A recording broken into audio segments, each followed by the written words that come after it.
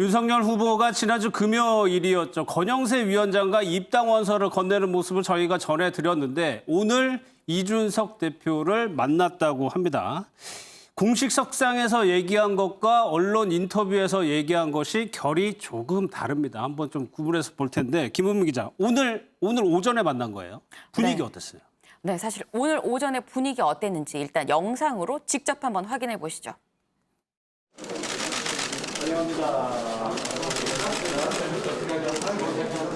저희가 두 칸인데 크기를 의식하지 않고 아무래도 총장님도 좀 빅사이즈시기 때문에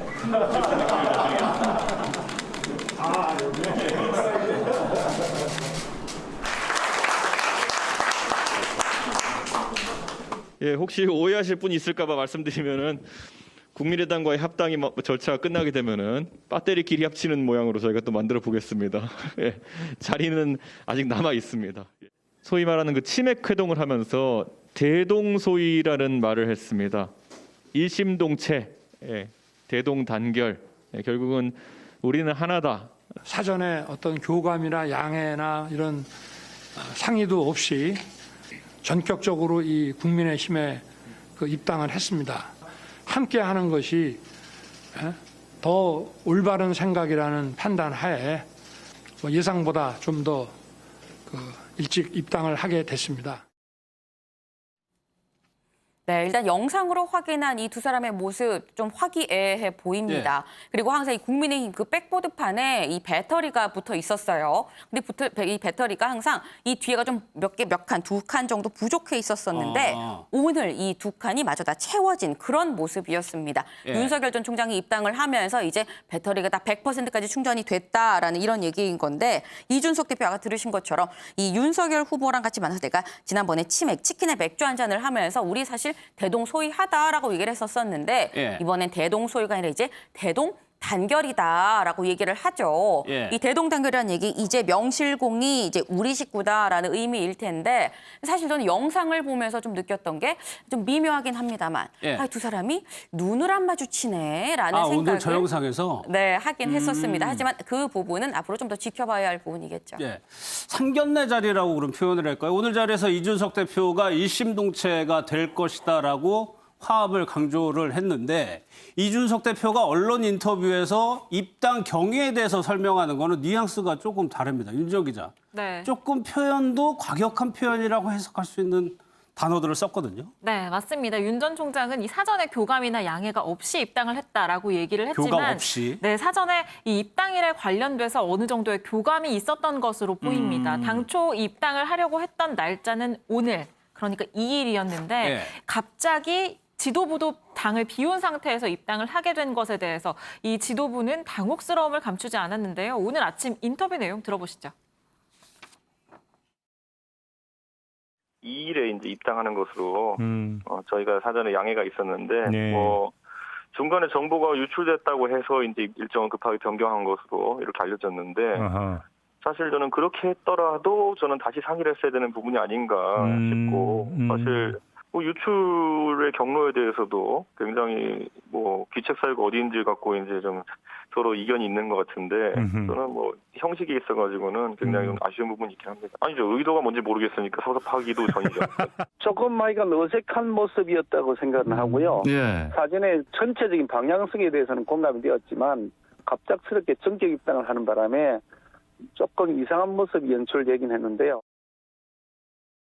네, 이준석 대표 상당한 아쉬움을 드러내면서 의도가 뭔지 모르겠어서 섭섭하기도 전이다라고 얘기를 했는데요. 이게 좀 저 뒷얘기를 좀 알아보니까 이준석 대표와 윤 전 총장 이 지난달 28일에 비공개 회동을 하고 입당 관련된 의견을 교환을 했습니다. 이때 얘기가 된 게 2일, 그러니까 오늘 입당을 하기로 어느 정도 얘기가 된 건데요. 그런데 이 회동 직후에 2일에 윤 전 총장이 국민의힘에 입당할 것이라는 보도가 나오게 됩니다. 이 보도 내용을 두고 입당일이 어떻게 외부로 유출이 된 건지 그 귀책 사유를 가지고 이 양측이 이견이 있던 차에 윤 전 총장이 갑자기 지난달 30일 금요일에 오전에 연락을 하고 기습 입당을 한 건데요. 이 더 논란이 됐던 것은 이날이 이준석 대표는 서울이 아니라 여수에서 일정을 진행을 하고 있었고 또 김기현 원내대표의 경우에는 휴가여서 서울에 없었거든요. 그렇기 때문에 저때 당시에 이 권영세 대외협력위원장과 좀 단촐하게 입당식을 진행하는 모습 저희도 생중계로 전해드렸었는데 여기에 대해서 이준석 대표 다시 상의를 했어야 되는 부분이 아닌가 싶다라고 밝혔습니다. 또 당시에 윤 전 총장이 이 대표가 지방 일정이라는 걸 몰랐다. 금요일에 입당을 하면서 이준석 대표가 오늘 서울에 없는 걸 몰랐다라고 얘기를 했는데 여기에 대해서는요.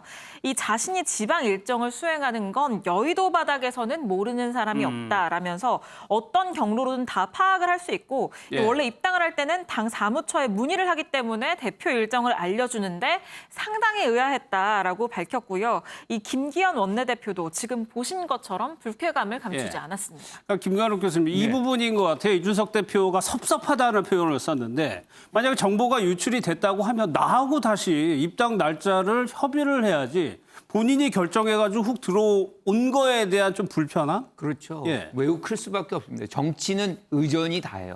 근데 그 의전이 완전히 무시되어 있는 이런 장면이거든요. 그러니까 당대표하고 원내대표가 없이 입당식을 하는 경우는 굉장히 이례적입니다. 그렇죠. 그래서 이 부분에 대해서 이 왕금이 아마 씻겨나가려면 상당한 이제 시간이 좀 걸릴 거라고 저는 예상이 들고요. 오늘의 장면은 굉장히 애써서 세 명이 저렇게 좀 꽃다발도 주고 이런 장면을 연출하고 있지만 사실은 이 본질은 뭐냐면 이런 행위의 본질은 사실 주도권 싸움이거든요. 내가 입당하는 것은 지금까지 이준석 대표가 줬던 그 압력 때문이 아니라 내가 스스로 선택하는 것이다. 그 장면을 국민들에게 각인시켜주고자 사실은 이 대표가 없는 상황 속에서도 기습적으로 이제 입당을 하는 그런 형식을 찾아가는 것이다라고 하는 것이고 또 한 가지가 70여 명의 당협위원장들이죠. 지지 성명을 냅니다. 이 부분도 사실은 본인의 어떤 새 과실을 입당의 즈음에서 이제 보여주는 것이고 그래서 당 주도권을 이제는 완전히 이준석 대표에게만 맡기지는 않겠다. 나도 내 목소리 내겠다는 것을 명확히 한 것이고 오늘은 이제 첫날이니까 모양을 잘 갖췄지만 다른 이견이 발생할 것 같으면 아마 또 다른 이견들이 발생할 가능성도 매우 있다. 이렇게 보는 거죠. 그러면 유영건 대표, 이준석 대표 입장에서는 본인의 권한을 대선 후보, 원래 대선판이 되면 대선 후보가 당을 장악하기 마련이지만 너무 빨리 뺏긴다. 이런 거에 대해서 위기감도 있는 겁니까? 그런 게 상당히 있는 거죠. 그래서 이준석 대표가 그 윤석열 캠프에 간 그 당협위원장이나 전 의원들, 당원들 징계한다고까지 얘기했잖아요. 8월에 입당 윤석열 후보가 안 하면 징계하겠다. 이런 식으로 계속 얘기한 게 그런 주도권. 내가 당 대표인데 저쪽 윤 캠프에 가서 줄 쓴 거 아니냐. 이런 주도권 다툼이 벌써 시작된 걸로 보고요. 저는 이렇게까지 그 전격 입당을 하고 오늘 약간은 불편한 모양이 연출된 게 이준석 대표의 저는 가벼운 입이 가장 큰 원인이라고 봐요. 저는 윤 후보보다는 그렇죠. 국민의힘의 가장 큰 리스크 중에 하나는 이준석 대표의 가벼운 입. 오늘도 방송에서 자초지종을 다 얘기했잖아요. 저건 리포터가 얘기하는 거지. 저건 당대표가 할 얘기는 아니잖아요. 그러니까 시시콜콜 너무 얘기를 많이 하다 보니까 상대방 윤 캠프에는 아직 정치 이제 6월 29일 날 선언해서 이제 겨우 한 달 넘은 분인데 너무 자극한 거 아니냐. 불쑥한 거예요. 그러다 보니까 저렇게 주도권 문제까지 불거졌는데 앞으로도 저런 문제가 해결 안 되면 갈수록 커지겠다 이런 생각이 들고 사실상 윤석열 후보라는 분이 없으면 4.7 보궐선거 어떻게 그 국민의힘이 이겼겠어요? 그리고 지지율로 따지면 대선 후보 지지율 쭉 개인별 합계로 따지면 민주당은 지금 50%가 됩니다. 근데 국민의힘은 윤석열하고 최재형을 빼면 다른 후보들 합친 거 한 7%, 8%밖에 안 돼요.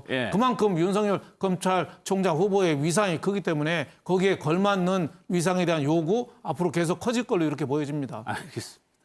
사실 이렇게 소상하게 밝히는 게 취재하는 기자들 입장에서는 어떻게 좀 편할 수도 있는 얘기인데 어쨌거나 입당 이후에 윤 후보가 누구를 만났느냐도 굉장히 관심사인데 일단 김종인 전 비대위원장 만났고 금태섭 전 의원도 만났어요? 네, 맞습니다. 윤석열 전 총장이 입당을 한 게 지난달 30일이었었죠. 정말 전격적인 입당이다라고 볼 수 있는데 이 전격 입당한 바로 그 이튿날 말씀하신 것처럼 이 김종인 전 비대위원장의 사무실을 찾아갔습니다. 이 찾아간 이유 왜 갔냐라고 기자들이 물었더니 아예 국민의힘이 입당도 했고 입당 소식을 좀 전하려고 갔었다라고 얘기를 했는데 예. 그런데 그 이튿날에는 이 말씀하신 것처럼 또 금태섭 전 의원을 만났습니다. 그러니까 낮에는 김종인 전 위원장을 만나고 저녁에는 또 금태섭 전 의원을 만나서 이 같이 소주 한 잔을 했다고 해요. 예. 이 무려 90분 동안이나 얘기를 나눴다라고 하는데 이 어떻게 만났냐 봤더니 번개로 만났다라고 얘기를 합니다.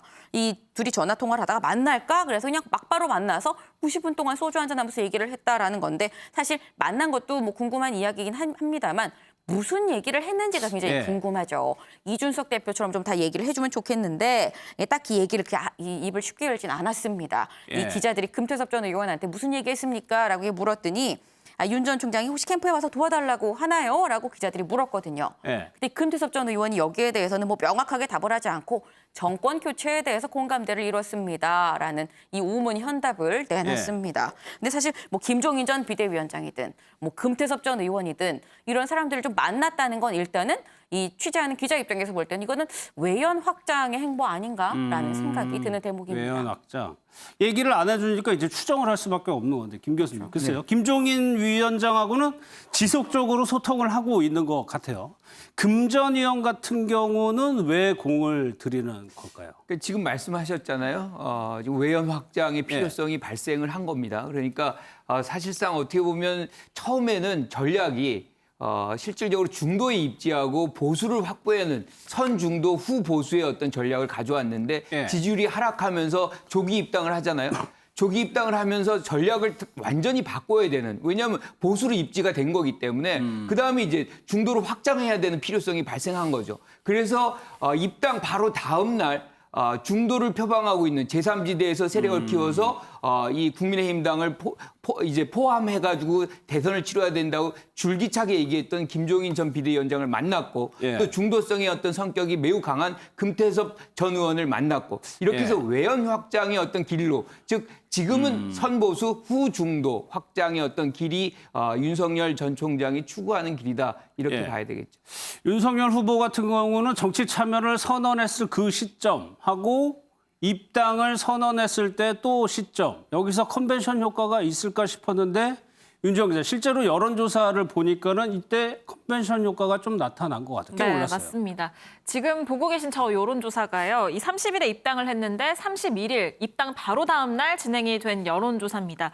지금 보시면 윤 전 총장 입당 전까지의 여론조사들에서는 지지율 하락세를 보이면서 20%대까지 내려앉았었는데 예. 저 여론조사에서는 35.3%로 30% 중반대의 지지를 다시 받는 모습을 보였습니다. 이재명 지사는 23.2%, 이낙연 전 대표는 16%를 차지해서요. 이 윤석열 전 총장이 오차 범위 밖에서 다른 후보들을 따돌리는 모습을 보였는데요. 이 아무래도 입당을 두고 이 보수층의 기대감이 높아지면서 이 컨벤션 효과를 누린 것으로 보여집니다. 이 또 국민의힘 입당과 관련해서 잘한 일이라고 보느냐라는 네. 질문도 던졌는데요. 여기에 대해서는 이 잘한 일이라는 평가가 52.9%로 과반을 차지했고요. 그러네요. 또 잘못했다는 평가는 33.9%가 나왔습니다. 예, 잘못한 일이라고 응답한 분들은 뭐 지지 정당을 보면 이게 성격이 나올 수도 있을 것 같은데 어쨌거나 과반을 넘겨서 잘한 일이라고 평가를 했습니다.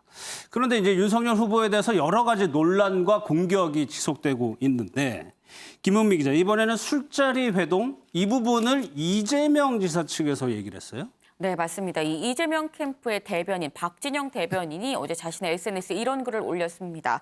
이 윤 전 총장은 코로나 위기에 역행하는 음주 파티를 중단해라. 대권 후보 활동이 술자리 전전이냐. 그냥 그게 아쉬우면 술꾼으로 살든지라고 이렇게 약간 비꼬는 듯한 이런 이야기를 올렸는데요. 예. 그럼 또 금태섭 전 의원을 어제 만나서 이제 술을 한잔 했다고 했잖아요. 그거에 대해서는 이 배신의 아이콘들의 소주 파티다. 라고 비판을 했습니다. 이윤 전 총장은 뭐 문 대통령을 배신했고 금태섭 예. 전 의원도 민주당을 배신하고 나갔다. 뭐 이런 비판을 하고 싶었던 것 같은데 그런데 이런 이재명 지사 측의 비판에 대해서 이제 직접 팔을 걷어붙이고 나선 사람 이준석 대표입니다. 예. 네, 윤석열 전 총장 입당했죠. 그러다 보니까 내 식구다라는 생각인 건지 이준석 대표 바로 또 자신의 SNS를 통해서 이거를 받아쳤습니다. 예. 먼저 술꾼으로 설라는데 윤석열 전 총장이 음주운전했느냐라고 받아쳤는데요. 이 음주운전 이재명 지사를 두고 한 얘기죠. 이재명 지사 지금 음주운전 전과가 있습니다. 그러다 보니까 이걸 공격을 한 거고 그러면서 사진을 또 같이 하나 올렸어요. 예. 이 사진을 보게 되면 2017년에 이 당시에 이 문재인 후보, 대선 후보 그리고 뭐 안희정, 이재명 등등 해서 이 당시에 대선 후보들, 민주당 대선 후보들이 같이 술잔을 짠하는 이런 사진인 건데 예. 이 사진을 올리면서 아니 민주당은 후보들끼리 만나서 술을 마시면서 무슨 지적을 하는 거냐고 내로남불 아니냐라고 받아쳤는데 일단 이제 내 당 사람이 윤석열 전 총장이 내 당으로 들어온 만큼 이제 당 차원에서 좀 보호를 하겠다라는 얘기인 것 예. 같습니다. 이준석 대표가 이렇게 한 거하고 저희가 뒤에서 다룰 또 다른 논란에서 그때는 또 이준석 대표가 조금 다른 대응을 하게 되는데 그것도 한번 비교해서 한번 보도록 하겠습니다. 이런 식의 문제제기일까요? 지금 거리두기가 강화되기 때문에 일반 서민들은 저녁에는 3명 이상이 못 모이잖아요. 그러니까 술을 이제 할 수가 없으니까 그런 방역 상황을 감안해가지고 비판을 했을까요? 뭐 그런 점도 있겠죠. 뭐 예. 일반인들은 저녁 6시 이후에는 뭐 2명까지밖에 안 되잖아요. 그렇죠. 그래서 다들 자제하는데 뭐 정치인이 저렇게 맨날 술 먹는 맛만 보여서 되겠느냐. 뭐 그런 비판도 뭐 어느 정도 일리는 있습니다만은 지금 뭐 윤석열 후보 같은 경우는 이제 정치 참여에서 이제 스킨십을 확대하는 과정이잖아요. 예. 예, 중도층 특히 금태섭 의원 같은 사람은 중도층에 있는 사람들 새로 많이 만나야 되고 하니까 그런 정도는 어느 정도 좀 양해해 줘야 되는 측면도 있지 않느냐. 부산 갔을 때 왜 대선 소주 꺼내는 거는 대통령 선거를 그 대선 예. 그 의미로 있어서 또 한 거니까 별로 뭐 의심 살 건 아니다 이렇게 봐요. 유대인들은 또 사람 평가하는데 3가지를 본다고 그래요. 컵, 지갑, 분노. 컵은 뭐냐면 술 먹는 거 어떻게 태도, 그 지갑, 돈 어떻게 쓰느냐, 그리고 분노, 화낼 때 어떻게 하느냐.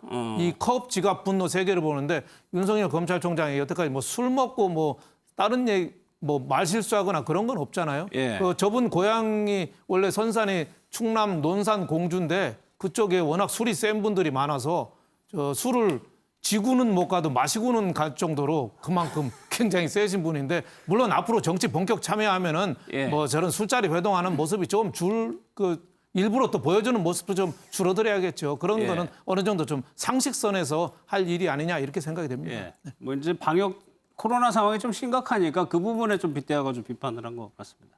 이제 입당을 했어요, 윤지영 기자. 그러니까 당심이라는 것이 상당히 중요합니다. 어쨌거나 당내 경선을 통과해야 되는 거기 때문에 네. 오늘도 일정이 있었어요, 윤석열 후보가. 네, 맞습니다. 윤 전 총장 오늘 입당식을 진행하기에 앞서서 오전에는요. 이 국민의힘 초선 의원 모임이죠. 명불허전 보수다의 강연자로 나섰습니다. 오늘 강연 주제는 윤석열이 들은 국민의 목소리였는데요. 이 자리에서 이 문재인 정부를 향한 강한 공격적인 발언들을 쏟아내기도 했고 또 이 여러분과 함께하니까 이제 진짜 정치를 하는 것 같다라는 발언을 내놓기도 했습니다. 또 입당식을 진행한 이후에는요. 예. 이 보좌진 협의회와의 만남을 가졌는데요. 이 자리에서는 이렇게 이야기를 했습니다. 이 국정감사를 받으면서 검찰총장 시절에 국정감사를 받으면서 이 보좌진들이 얼마나 힘이 세고 무서운지 잘 알고 있다라면서요.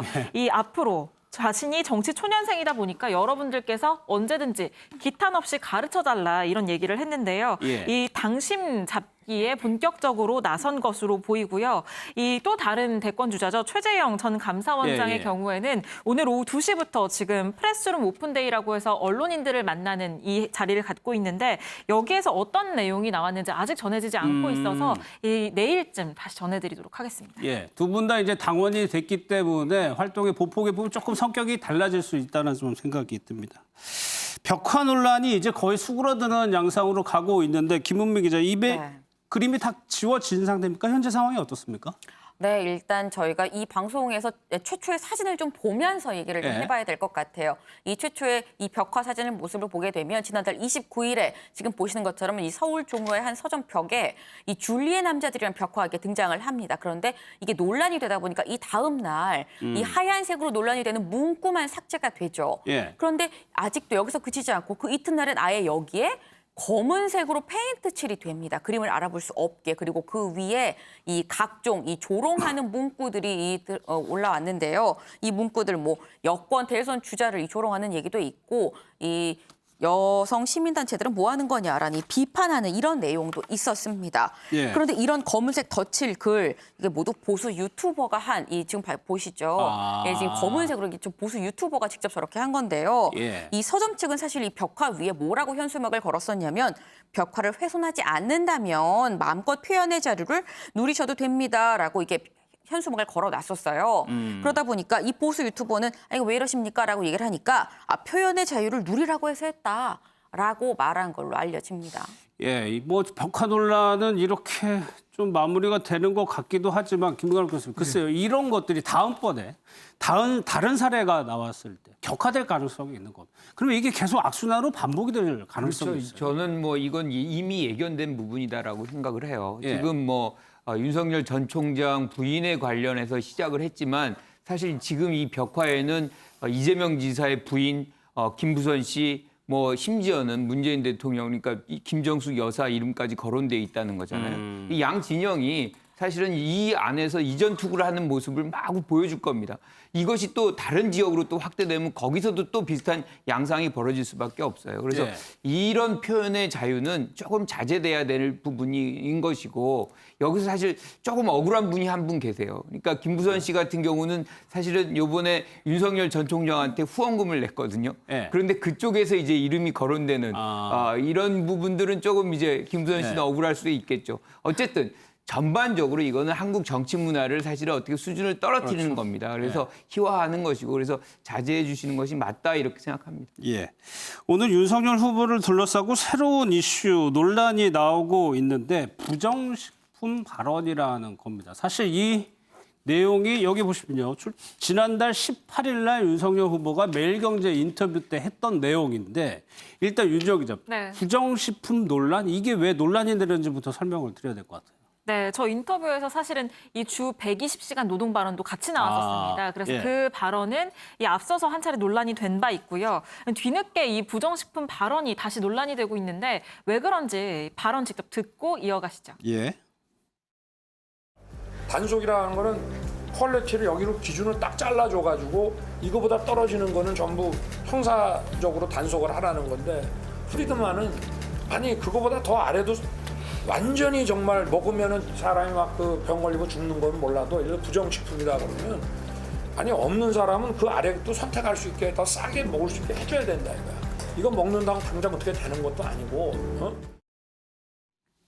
네, 저 부정식품 이야기가 어떻게 나오게 된 거냐면요. 이 지나친 규제보다는 선택의 자유를 존중해줘야 된다. 이 자유를 굉장히 강조하고 있기 때문에 그런 차원에서 나오게 된 얘기입니다. 그러니까 이 부정식품에 대해서 얘기를 하면서 없는 사람은 그 아래 것도 선택을 할 수 있게 더 싸게 먹을 수 있게 해야 한다라면서 이거 먹는다고 당장 어떻게 되는 것도 아니다라고 얘기를 해서 이 논란이 되고 있는 건데 예. 저게 부정식품을 얘기를 하면서 예를 든 내용도 있는데요. 예를 들면 햄버거 50센트, 그럼 600원짜리도 먹을 수가 있어야 되는데 50센트짜리를 팔면서 위생 퀄리티는 5불, 그리고 6,000원으로 맞춰두면 소비자의 선택의 자유를 제한한다는 거다라는 겁니다. 예. 그러니까 행정적인 어떤 규제가 이 너무 높은 강도로 이루어지다 보면 이 값싼 제품들이 시장에 나오지 못할 수 있다. 그래서 이게 오히려 해가 될 수 있다. 뭐 이런 차원의 내용을 설명을 하는 과정에서 나온 얘기지만 예. 이 부정식품과 관련해서 어쨌든 이 없는 사람은 그 아래 것도 선택을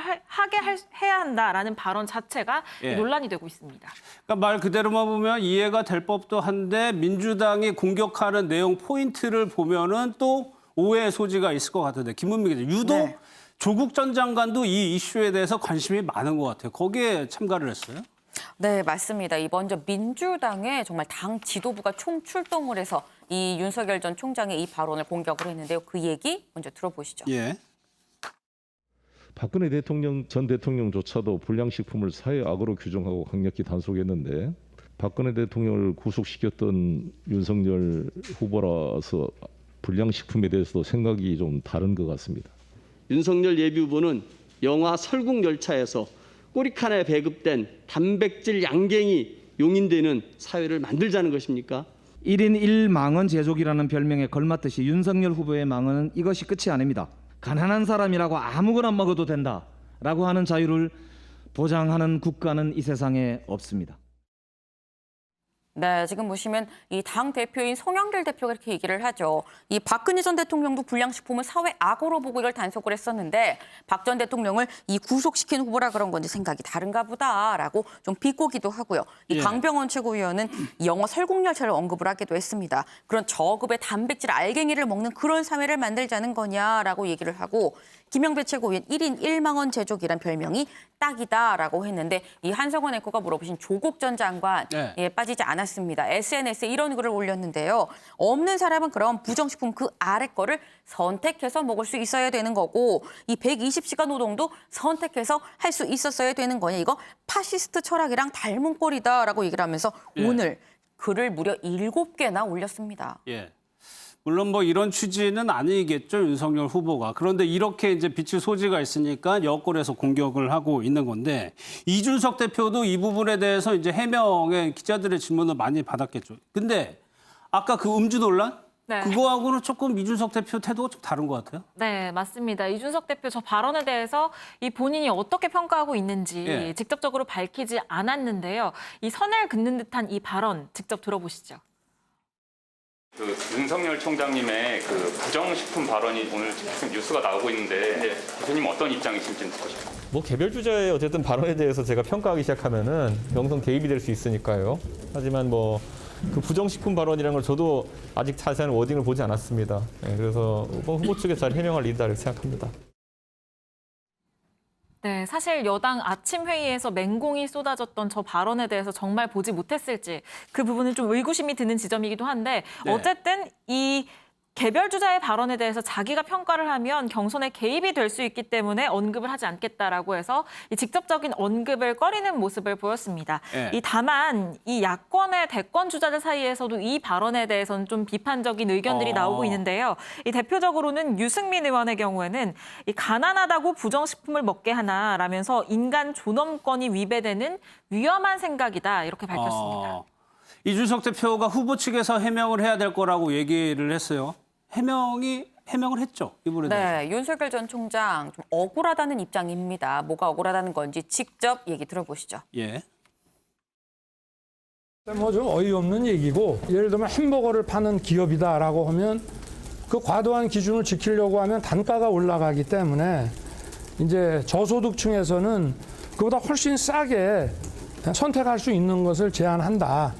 그거를 형사 처벌까지 하는 것은 좀 과도하다 하는 그런 얘기를 매경 인터뷰 때 한 거로 제가 기억이 되고 국민의 건강과 직결되지 않는 거라면 좀 기준을 너무 높이 해가지고 단속을 하고 또 거기에다 형사 처벌까지 나가는 것은 그거는 좀 검찰권의 그 과도한 그 좀 남용이 아니냐 하는 생각을 제가 좀 평소에 가졌다. 네, 지금 들어보시면 앞뒤 자르고 얘기하니까 좀 어이가 없다라는 이런 입장인 겁니다. 이 당시 인터뷰를 할 때 기자가 질문하기를 밀턴 프리드먼 책을 이제 항상 갖고 다닌다라고 얘기를 하면서 이 밀턴 프리드먼 얘기를 하길래 그 책 안에 있었던 내용을 좀 차용해서 예시로 지금 얘기를 한 건데 뭐 물론 평소 내 생각은 국민 건강이랑 직결되지 않는 거라면 기준을 너무 높게 해서 단속하고 형사 처벌까지 하는 건 좀 과도하다라고 생각을 하긴 했었다라고 얘기를 하면서 하지만 그러면서도 이 햄버거 지금 나오고 있죠. 이 햄버거 문제 50센트 이거를 5불짜리로 맞춰두는 거. 이 내용은 이 책 안에 있는 내용을 내가 차용해서 이런 예시가 있었다라는 걸 설명하는 내용이었다라는 얘기입니다. 글쎄요. 유영거 대표님. 윤석열 후보도 이런 논란이 되는 걸 보고 내가 말을 하는 데 있어서 논란의 소지를 좀 없애야 되겠다 이런 생각을 할 수도 있을 것 같은데 정치권에서는 약간 오해하고 곡해해서 해석을 하기도 하거든요. 그렇죠. 단어 한두 개를 끌어내는 거죠. 그래서 공격하는 데 쓰는 거죠. 그러니까 유승민 의원 같은 당 내에서도 못 사는 사람들을 부정식품 먹이자는 거냐 이런 식으로 공격을 하니까 전 뜻은 전혀 뭐 그런 뜻이라고 볼 수 없는데 윤석열 검찰총장 저런 오해의 여지가 있는 발언은 조금 앞으로 정무팀들 좀 도움을 받아서 좀 더 좀 걸렀으면 좋겠어요. 근데 윤석열 검찰총장이 저는 후보가 저런 말을 하는 이유는 저는 알겠어요. 왜냐하면 우리나라 검찰 때문에 가장 많이 피해본 게 식품업체입니다. 옛날에 1989년에 라면 우지 파동이 있었습니다. 네. 그때 공업용 우지로 라면 만들었다고 그래서 식품회사, 라면 업체들, 마가린 만드는 회사 줄줄이 구속됐습니다. 근데 나중에 보니까 2등급, 상등급도 공업용으로 들어와서 정제를 하면 얼마든지 쓸 수 있는 걸 나와서 다 무죄로 나왔는데 그때부터 삼양식품이 뒤로 밀리고 농심이 1등으로 바뀌었죠. 그 다음에는 언제냐면 또 1998년엔 통조림, 포르말린 들어갔다고 그래서 통조림 업체들이 그때 다 망했습니다. 나중에 무죄로 나왔는데 일단 포르말린이 나중에 보니까 자연 상태에서도 있는데 너희들 넛지 해가지고 다 집어넣은 거예요. 또 쓰레기 만두 이것도 또 뭐 이상한 거 넣었다고 해서 다 구속되는데 나중에 보니까 다 무죄였는데 그 사람들은 회사는 무죄는 되는데 다 파산한 거예요. 그래서 윤석열 검찰총장의 후보자가 저런 얘기를 한 거는 수준에 따라서 좀 이 소비가 다르니까 기준을 좀 여러 개 만들어서 좀 낮게도 하고 좀 높게도 해서 가격 차이를 두어서 소비자들을 여러분들이 많이 계층의 소득에 따라 선택하게 하자 뭐 그런 뜻으로 얘기한 거로 저는 이해를 했습니다. 알겠습니다.